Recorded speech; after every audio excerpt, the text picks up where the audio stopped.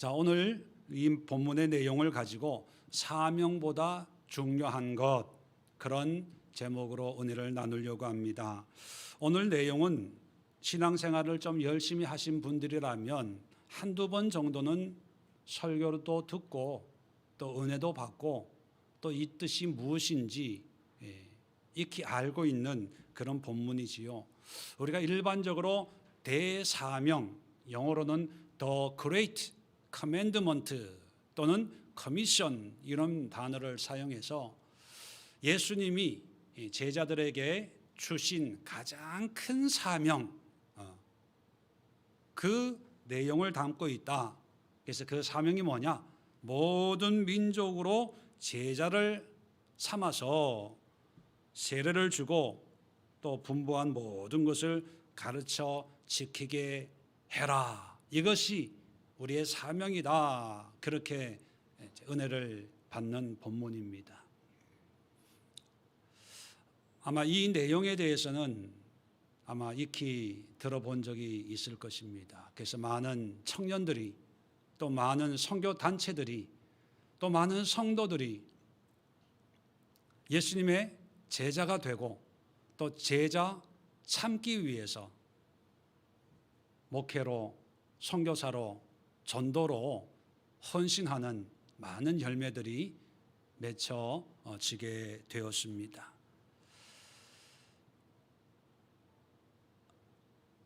그런데 안타까운 것은 이 말씀을 읽을 때마다 예수님이 제자들에게 그리고 우리에게 주신 사명에 대해서만 생각을 한다면 어쩌면 예수님이 이런 사실을 알고 계시다면, 물론 알고 계시겠죠. 하나님은 모든 걸 알고 계시니까 좀 안타까워할 것 같습니다. 왜냐하면 예수님이 제자들에게 하신 말씀은 물론 사명에 대한, 제자도에 대한 말씀도 분명히 있습니다. 19절 그리고 20절 전반부까지.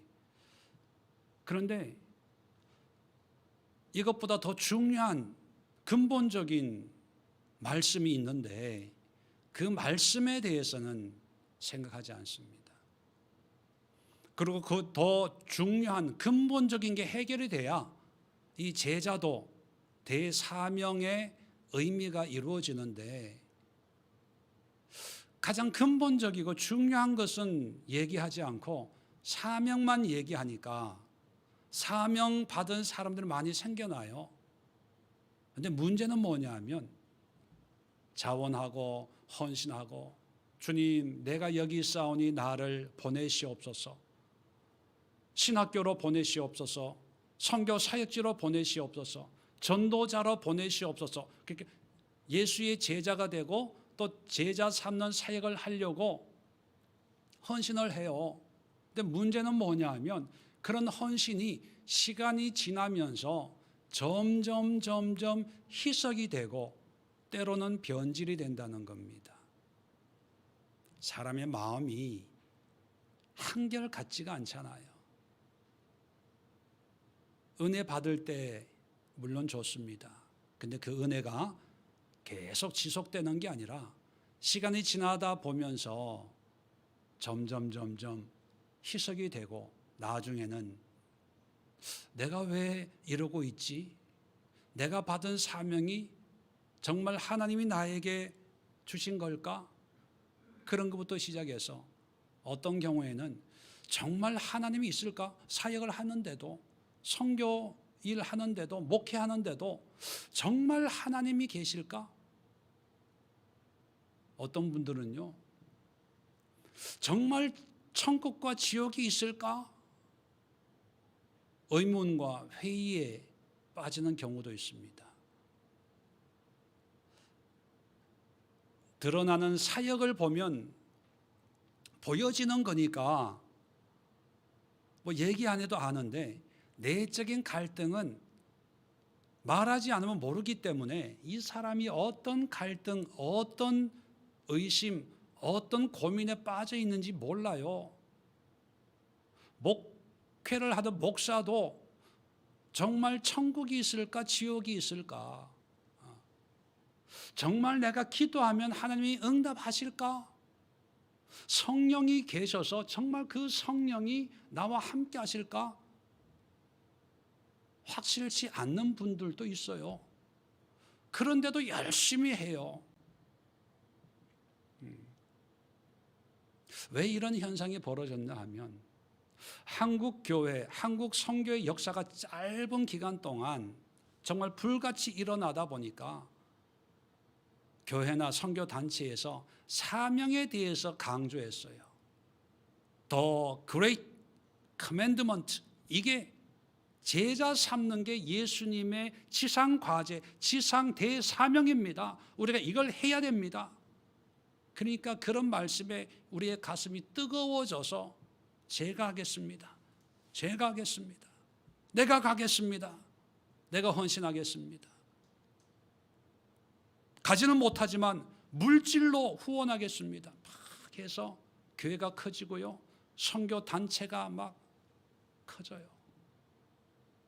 좋죠. 참 감사한 일이에요. 그런 헌신 때문에 짧은 기간에 이렇게 교회가 부흥되는 그런 역사가 나타나게 된 거지요.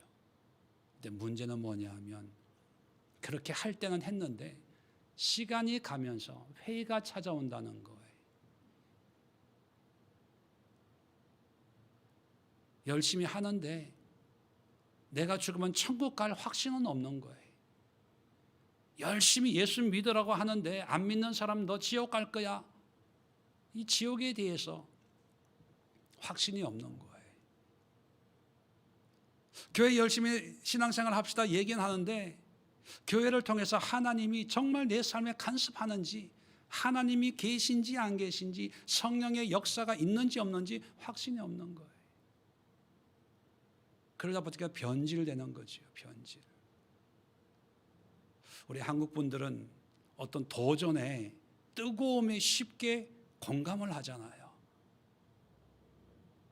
그게 대사명, 제자도, 제자화, 제자훈련. 그런데 그것보다 더 근본적인 게 있습니다. 말씀을 한번 볼까요? 자, 16절 보면 11 제자가 갈릴리에 가서 예수께서 지시하신 산에 이르러, 자, 부활하신 예수님이 12 제자 중에 가룟 유다는 죽고 나머지 11 제자가 이제 갈릴리 예루살렘에서 돌아가셨지만 돌아가시기 전에 예수님이 내가 부활한 뒤에 갈릴리로 갈 거다. 갈릴리에서 보자. 그렇게 말씀하셨거든요. 자, 그래서 갈릴리에 가서 예수님이 지시하신 산, 어떤 산인지는 모르지만 살아 계셨을 때 이 산에서 만나자. 그렇게 얘기한 산이 있었던 것 같아요. 자, 그 산에 모였습니다. 자, 그런데 17절 보니까 예수님을 만났는데 아직도 의심하는 사람들이 있어요. 이 예수가 진짜 죽었는지. 왜냐하면 예수님이 죽을 때 제자들은 다 도망갔거든요. 베드로 혼자만 그 십자가를 목격했지 제자들은 다 뿔뿔이 흩어졌어요. 그래도 예수님이 죽고 부활하셨다니까 예수님이 정말 죽었는지 의심하는 사람도 있고, 뭐 대표적인 제자가 도마 아닙니까? 그죠? 근데 복수형으로 되어 있어요. 의심하는 사람들 하니까 도마뿐만 아니라 또 다른 제자들도 의심하고 있는 상태입니다. 자, 이런 제자들에게 18절에 예수께서 나와 말씀하여 이르시되 하늘과 땅의 모든 권세를 내게 주셨으니, 자, 내게 주셨다. 나는 누굽니까? 예수님. 그러면 이 말씀의 주체는 누구예요? 주어는 누굽니까? 누가 예수님에게 준 거예요? 하나님이, 성부 하나님이 뭘 줬어요? 하늘과 땅의 모든 권세, 모든 권세를 예수님에게 준 거예요. 그래서 예수님이 곧 하나님이다. 이렇게 우리가 여기도 무리가 없습니다. 하나님의 모든 권세를 예수님에게 주었다. 그러니까 예수님의 신분, 내가 누구인가를 얘기하는 거예요. 자, 19절에 그러므로 너희는 가서 제자를 삼아라. 그리고 20절 전반에 모든 것을 가르쳐 지키게 하라. 누구에게 말하는 거예요? 제자들에게. 너희가 가라. 그렇게 얘기하는 거죠. 자, 그리고 20절 끝부분에 볼지어다 내가 세상 끝날까지 너희와 항상 함께 있으리라. 그리고 마치는 거예요. 자, 크게 세 가지를 말씀하는데 첫 번째는 하나님이 나에게 모든 권세를 주었다. 그리고 두 번째는 너희는 가서 모든 민족을 제자를 삼아라. 그리고 세 번째가 세상 끝날 날까지 너희와 항상 함께 있겠다. 이 세 가지 문장을 연결해 보면 하나님이 예수님에게 주신 모든 권세를 가지고 있는 이 예수님이 제자들과 너희들과 함께 하겠다라고 이렇게 문장이 연결이 돼요. 다시 말하면 하나님이 땅과 하늘의 모든 권세를 내게 주셨으니 너희는 가라.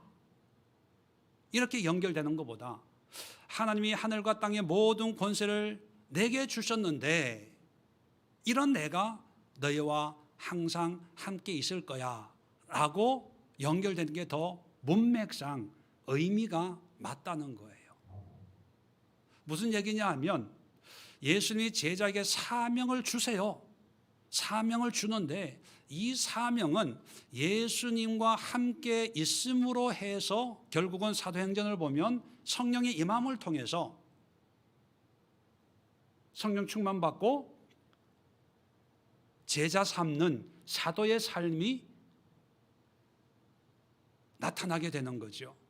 어떻게 보면 예수님과 함께하는 삶의 결과, 그 열매가 제자도예요. 가라고 해서 제자들 간 거 아니에요. 제자 삼으라고 해서 제자들의 실력과 지혜와 능력으로 제자 삼는 사역이 이루어진 게 아니고 가라 해도 안 갔어요. 언제 갔습니까?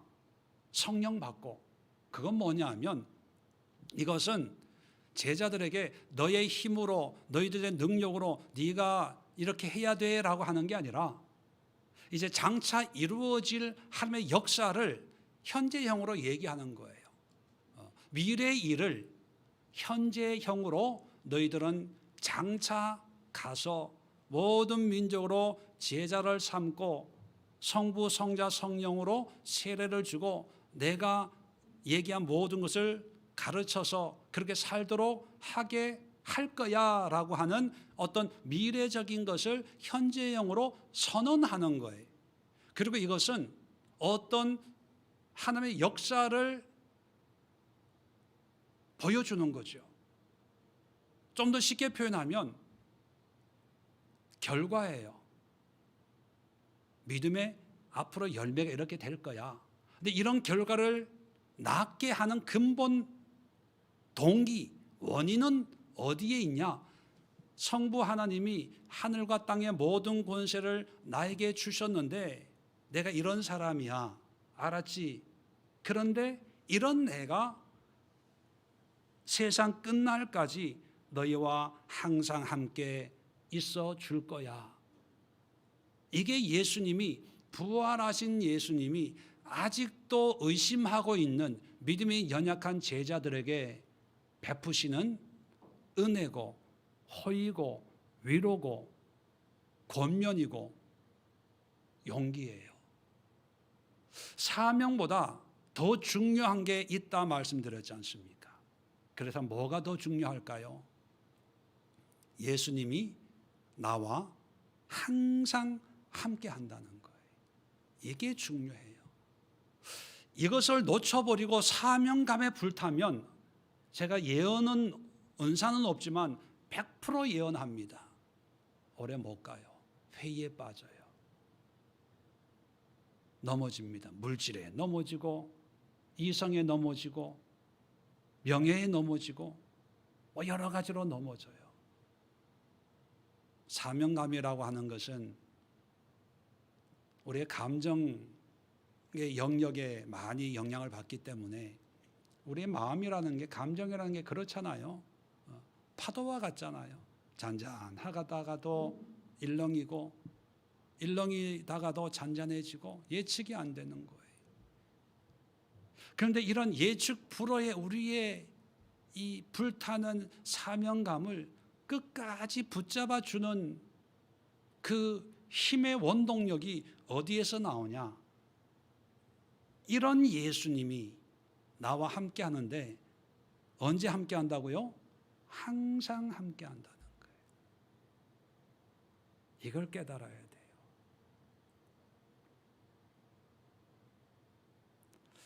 오늘 말씀을 보면 예수님이 우리 성도들을 어떤 눈으로 보는지 너무나 잘 알 수 있습니다.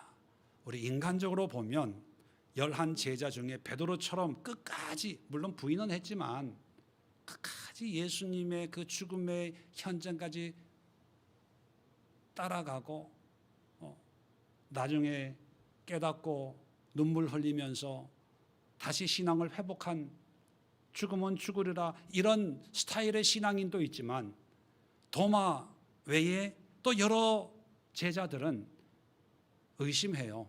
믿음이 없다는 거예요. 제자로 따라다닐 때는 뭐 큰 일을 하는 것처럼 큰 소리 쳤던 사람들인데,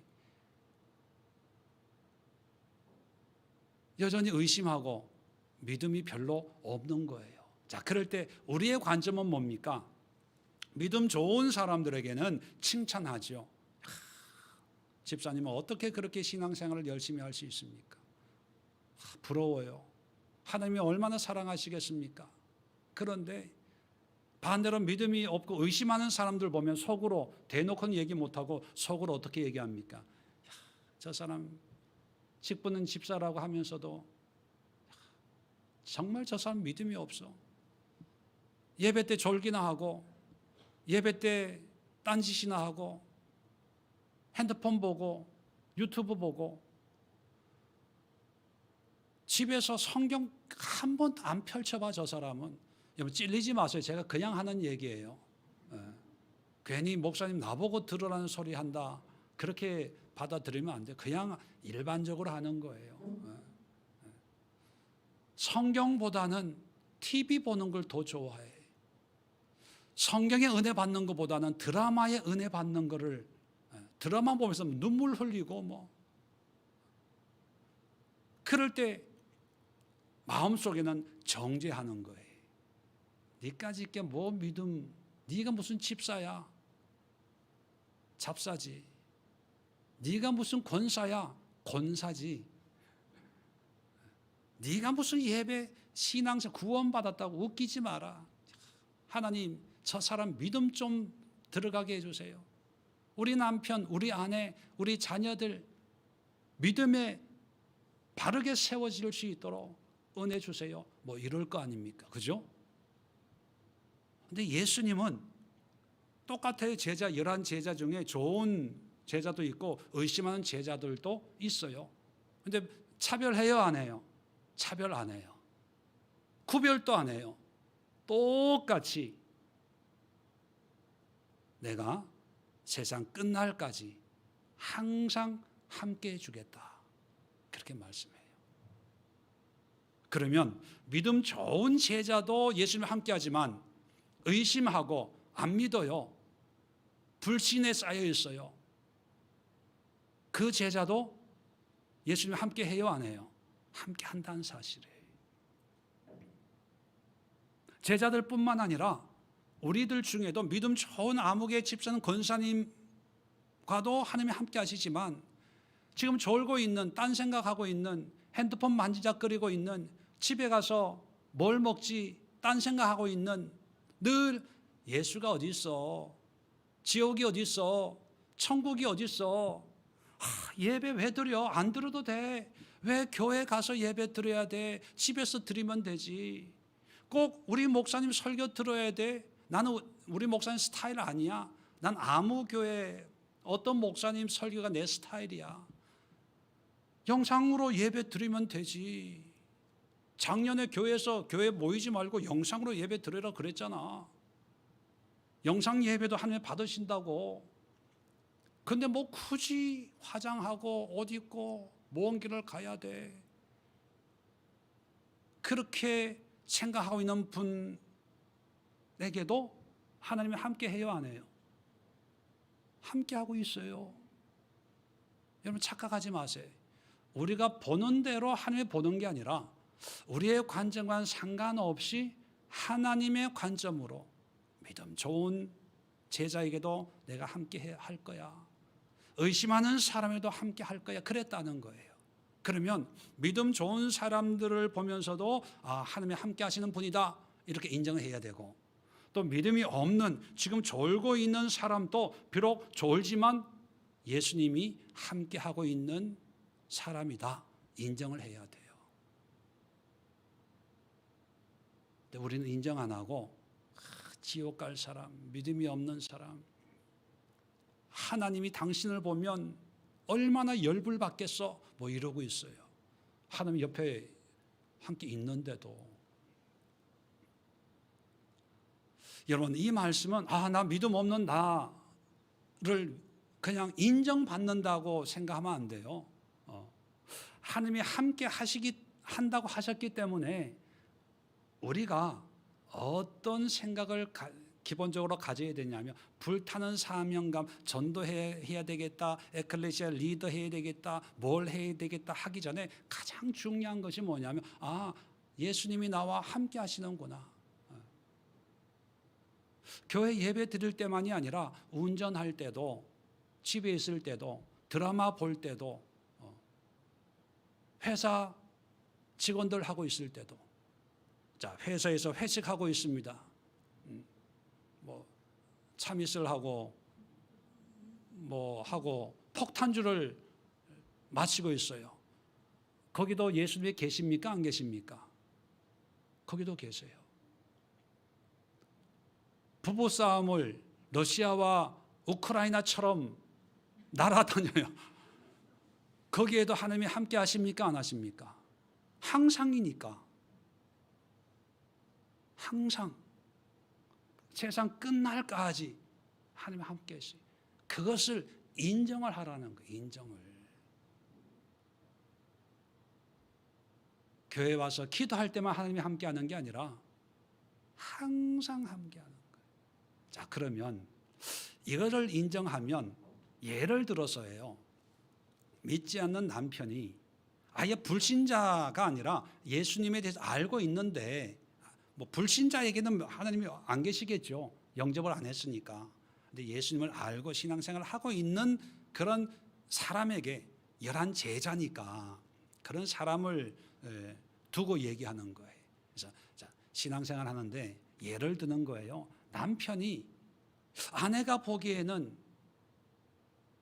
참 열심히 있는 신앙이 아닌 것 같아요. 그 기도 제목이에요. 술 먹고 성경 얘기하면은 니나 믿어라. 그거 믿냐? 근데 주일 되면 성경책 들고 나오는 거예요. 예수님 얘기하면 시끄러, 말도 꺼내지 마. 교회에서 목사님 설교 듣는 것도 힘든데 집에 와서 당신 설교 들어야 돼. 그런 분이 있다고 가정을 해봅시다. 이 아내가 큰맘 먹고 성령의 감동으로 오늘은 바른 말 좀 해야 되겠다 해가 남편은 당신 말이야 그렇게 신앙생활해서 천국 가겠어? 회개해야 돼. 당신 얼마나 교만한지 알아? 뭐 이렇게 바른 말을 했어요. 그럼 남편이 들을까요? 은혜 받을까요? 듣고 은혜 받을 남편이면 그렇게 안 살았겠죠. 아마 대판 싸울 거예요. 그러고 나서 꼭 하는 말이 있어요. 남편들이 당신 때문에 교회 다음 주부터 안 가. 경험 있으신 분만 속으로 아멘. 근데 이제 달라져야 된다는 거예요. 왜요? 내 눈에는 아직도 의심하고 믿음이 없는 모습으로 보여요. 그런데도 예수님은 그와 함께하고 있어요. 함께하고 있어요. 그러면 어떻게 해야 되냐 하면, 나도 이렇게 안타까운데 함께하는 예수님은 내 남편 보면 얼마나 안타까워하겠어요. 내가 더 안타까워할까요? 예수님이 더 안타까워할까요? 예수님이겠죠. 근데 그 예수님이 가만히 있어요. 하늘과 땅의 모든 권세를 가지고 있는 분이 가만히 있어요. 그러면 우리는 어떻게 해야 됩니까? 가만히 있어야 돼요. 가만히 있고 기도해야죠. 어떻게? 남편한테 잔소리하는 게 아니라 남편 속이는 예수님에게 기도하는 거예요. 어떻게 해요? 우리 남편과 함께 하시는 예수님, 우리 남편의 모든 걸 알고 지금부터 항상 함께 하셔서 이 남편이 무슨 생각을 하고 무엇 때문에 술 먹고 무엇 때문에 고민을 하고 뭐가 스트레스 받고 뭐가 짜증나고 다 알잖아요, 예수님. 그리고 우리 남편에게 필요한 것이 뭔지 잘 알잖아요. 하나님이 역사해 주세요. 하나님이 은혜를 베풀어 주세요. 예수님하고 씨름해야 돼요. 자, 그런데 예수님이 모든 권세를 가지고 있는 예수님이 이런 남편과 함께 하는데, 그러면 예수님이 계시면 항상 하나님이 역사하실까요? 항상 기적과 이적을 베푸실까요? 우리의 잘못된 선입견이 있는데, 그건 뭐냐면 하나님이 함께 하시면 항상 기적과 이적이 일어난다, 그거예요.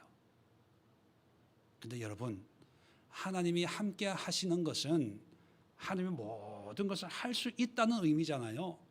모든 걸 할 수 있다는 의미는 할 수도 있고 안 할 수도 있는 거예요. 모든 주권이 예수님께 있는 거거든요. 그러니까 예수님이 은혜를 베풀 수도 있고, 또 우리는 다 할 수 없지만 은혜를 영원히 안 베풀 수도 있어요. 그렇잖아요.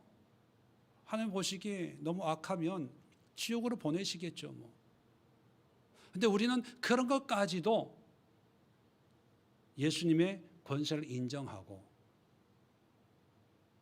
가족이 구원받기를 원하지만, 그래서 예수님께 간절히 기도하지만 그 결과에 대해서 하나님의 뜻이 이것이라면 이 또한 믿음으로 받아들이는 것이 내 믿음이거니 생각을 하고, 그 남편과 함께하는 예수님을 인정하고 그 예수님에게 기도하고 그 예수님의 뜻에 순종하는 그런 믿음이 우리에게 있어야 된다는 거예요. 예수님과 함께한다는 이 확신이 없으면 사명은 모래 위에 세운 건물에 지나지 않습니다. 믿음 생활 열심히 한다는 사람들도 예수님이 나와 함께한다는 이런 분명한 의식을 가지고 있어야 돼요. 언젠가 제가 그런 얘기 한 금요 예배에 언급한 적이 있는데, 제가 한 달 살기를 하고 왔잖아요. 그런데 만약에 제가 여러분 가정에 한 달 살이를 한다면 여러분 편하겠어요? 안 편하겠어요? 안 편해요. 뭐가 안 편합니까? 평소대로 살 수가 없죠. 제가 정연철 집사님 집에, 이현인 집사님 집에 한 달 살이를 해요. 그러면 아마 평소에 말하는 거 달라질 거고, 평소의 행동 달라질 거고, 또 평소에 반찬 또 달라질 거예요. 그죠? 여보 식사하세요. 그리고 정 집사님도 빨리 퇴근하고 와가지고 목사님 뭐 이럴 거예요. 손님이 와도 우리 그러잖아요. 자, 하물며 이 별 볼 일 없는 목사가 와도 우리가 달라지는데, 하늘과 땅의 모든 권세를 가지고 있는 분이 나와 영원히 사신대요. 근데 우리는 달라져요, 안 달라져요? 우리 안 달라져요. 왠지 아세요? 안 보이니까. 나는 보이는데 보이니까 의식이 되잖아요. 근데 예수님은 안 보이니까 없다고 자꾸 미혹이 되는 거예요. 근데 이 제자들은 이 예수님의 말씀을 믿었는데 믿음이 저절로 생깁니까? 그죠? 예수님이 함께 한다라고 해도 여전히 의심하잖아요. 근데 이 여전히 의심하는 이 사람들이 어떻게 해서 사도행전에 보면 믿음의 용사들이 됐을까? 그 비결이 뭘까? 여러분, 이게 중요한 건데 뭐냐 하면 나는 예수님이 나와 함께함을 느끼지 못하겠어. 알지 못하겠어. 정말 예수님 나와 함께하나? 이렇게 생각하는 사람들이 분명히 있을 거예요. 표정만 보면 한 두 분 정도 보이는데 마스크가 껴가지고 얼굴에 다 안 나타나는데 그래도 알 수 있어요. 두 분 내지 세 분 정도. 그거 어떻게 알아? 알 수 있는 방법이 있습니다. 알 수 있는 방법이 아니라 예수님과 함께 하고 있다는 확신을 가질 수 있는 방법이 있어요. 그 방법도 성경에 나와 있어요. 아까도 읽었지만 17절에 보면 예수를 배워보고 경배하나 아직도 의심하는 사람들이 있더라. 그죠? 의심하고 있어요. 근데 이 사람들이 예수님을 만났어요. 그리고 예수님의 이 말씀을 들었어요. 그 비결이 뭔지 아세요? 16절에 보면 갈릴리에 가서 예수께서 지시하신 산에 이르러. 무슨 얘기냐 하면 우리는 예수님이 안 믿겨져요. 예수님이 우리를 구원한다는 사실이 논리적으로 이해가 안 돼요. 예배를 우리가 교회 가서 예배를 드리면 하나님이 받으신다는 믿음이 없어요. 자, 그래서 교회를 안 가요. 성경이 하나님의 말씀이란 믿음이 없기 때문에 성경을 안 봐요. 인정을 안 하는 거예요. 기도한다고 하나님이 듣겠어라고 해서 기도를 아예 안 해요. 자, 여기 나온 제자들도 의심해요. 그러면 우리 같이 행동을 했다면 어떻게 해야 되는 거예요? 안 믿으니까 갈릴리에 가요, 안 가요? 안 가요. 또 예수님이 지시한 산에 가요, 안 가요? 안 가요. 나 안 믿어. 예수님이 죽었다 살아났다는 걸 인정 못해. 예수님의 말씀 인정 안 해. 그러면 갈 필요가 없다고 생각하는 거예요. 그런데 의심은 하지만 어떤 계기인지는 모르지만 갈릴리에 갔고 그리고 지시한 산에 갔어요. 또 부활하시고 한 40일을 예수님이 계셨는데 40일 동안 무슨 일을 했는지 자세하게 기록이 없어요. 그리고 예수님이 사도행전 1장에 보면 그냥 너희가 보는 대로 다시 올 거야 그러고 한마디 하고 떠나셨어요. 그 마디가 뭐냐면 1장 4절에 이 예루살렘을 떠나지 말고 하나님이 약속하신 것을 기다려라. 그게 뭐예요? 성령이잖아요. 기다리라 하고 그냥 떠났어요. 뭐 대단한 일 한 것도 아니에요. 그러니까 제자들이 기록이 안 남겼겠죠. 자, 그러면 우리 같으면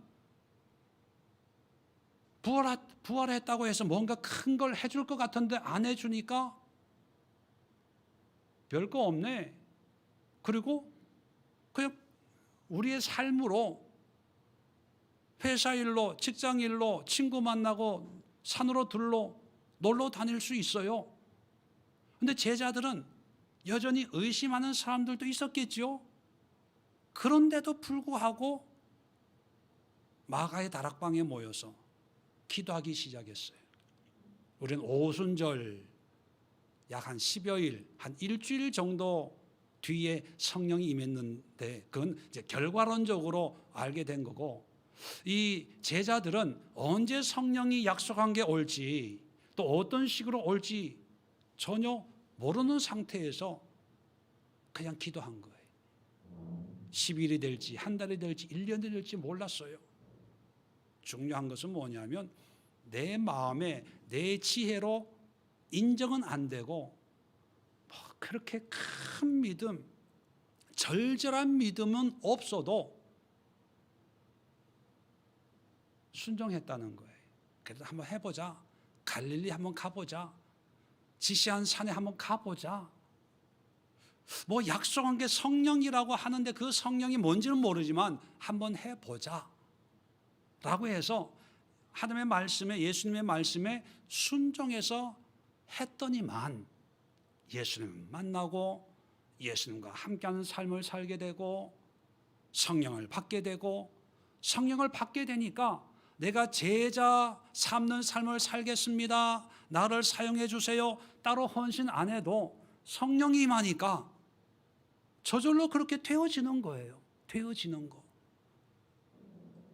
애쓰고 노력하고 막 목표를 가지고 애를 안 써도 하나님의 말씀에 순종하다 보니까 성령의 임함을 통해서 그것이 점점 내 삶이 되고 내 생활이 되어지게 되더라는 거예요. 그러다가 사도들이 된 거 아닙니까? 그죠? 그렇다면 불타는 사명감보다 더 중요한 게 예수님과 임재의 삶을 사는 거다. 그죠? 근데 그 임재의 삶이 또 좀 모호하잖아요. 안 보이니까 예수님이. 그 예수님과 함께하는 삶을 어떻게 우리가 확증하고 증명할 수 있을까? 그것은 내가 지금 어디에 있는가? 그걸 확인해 보면 돼요. 내가 예수님의 지시하신 말씀에 순종해서 여기에 있는가? 또 말씀에 순종해서 내가 하고 있는가? 여러분, 기도한다고 응답이 금방금방 오겠습니까? 어떤 경우에는 은혜가 충만하지만 또 어떤 경우에는 한 달을 작정해도 응답이 없을 때가 있어요. 아유, 기도해도 소용없네. 그게 아니라 응답 없는 그 기도를 내가 한 달을 함으로 해서 한 달 동안 내가 예수님의 품 안에 머물러 있었구나. 그거를 내가 내 모습을 통해서 내가 깨닫는 거예요. 물론 예수님과 365일 24시간 함께 하는 거예요. 함께 하는 거. 근데 우리가 세상에 바쁘다 보니까 깜빡깜빡하고 세상 하늘과 땅의 모든 권세를 주신 예수님이 나와 함께 하는데 그걸 인정 못하고 내가 주인인 것처럼 말하고 행동할 때가 얼마나 많습니까? 화날 때 저도 운전하고 가다 보면 왜 그 방해하는 사람들 있잖아요. 그러면 나도 모르게 막 화가 나고, 요즘에는요 내가 화날까 봐 옆에서 사모가 더 화를 내버려요. 그러니까 내가 할 게 없는 거야. 오늘 아침에도 집에 오는데 길 한가운데 트럭을 세워놓고 있는 거예요. 비상등도 켜놓지도 않고. 아침에 마음이 바쁘잖아요. 누가 이런 삐삐 하려는데 사모가 손수를 치는 거예요. 이런 저런 사람. 여보 됐어. 그래서 이렇게 그 플라스틱 말뚝 박은 거 있잖아요. 이게 노란 안전지대 거기로 해서 이렇게 빠져나왔는데, 여러분 항상 예수님과 함께 하지만 그걸 의식하지 못할 때 예수님과 함께하는 증거를 얻기 위해서 의심도 되고 믿음도 없지만 그냥 그 자리에 있는 거예요. 아마 모르긴 해도 주일 예배 드릴 때 하나님이 나의 예배를 받으신다는 믿음이 충만해서 예수님 만나러 갑니다 라는 마음으로 예배 참석하신 분들 그렇게 많지 않아요. 좀 더 자고 싶어. 할 일 많은데 안 가면 또 와이프가 잔소리 하겠지. 안 가면 또 목사님이 또 뭐라 그러겠지. 빨리 갔다가 빨리 집에 와서 해야지. 이런 분도 있어요. 예, 괜찮아요. 얘기 안 해도 다 아니까. 그런데 중요한 것은 뭐냐면 그렇게 왔더라도 이 시간, 예수님의 임재가 있는 이 시간 내가 여기 있음으로 해서 예수님이 나와 함께 하는구나. 내가 비록 의심이 많고 믿음이 없음에도 불구하고 나의 형편에도 상관없이 예수님이 나와 함께 하시구나. 이걸 여러분 깨닫고 돌아가세요. 그게 신앙생활의 가장 중요한 기초예요. 부활하신 예수님이 제자들에게 제일 먼저 그걸 해주는 거예요. 그렇게 믿음 생활을 할 때 언젠가 이 제자 삼는 그런 사명에 불타는 그런 삶이 연결이 되는 거예요. 근데 우리는 결과만 너무 이렇게 설교하고 강조하다 보니까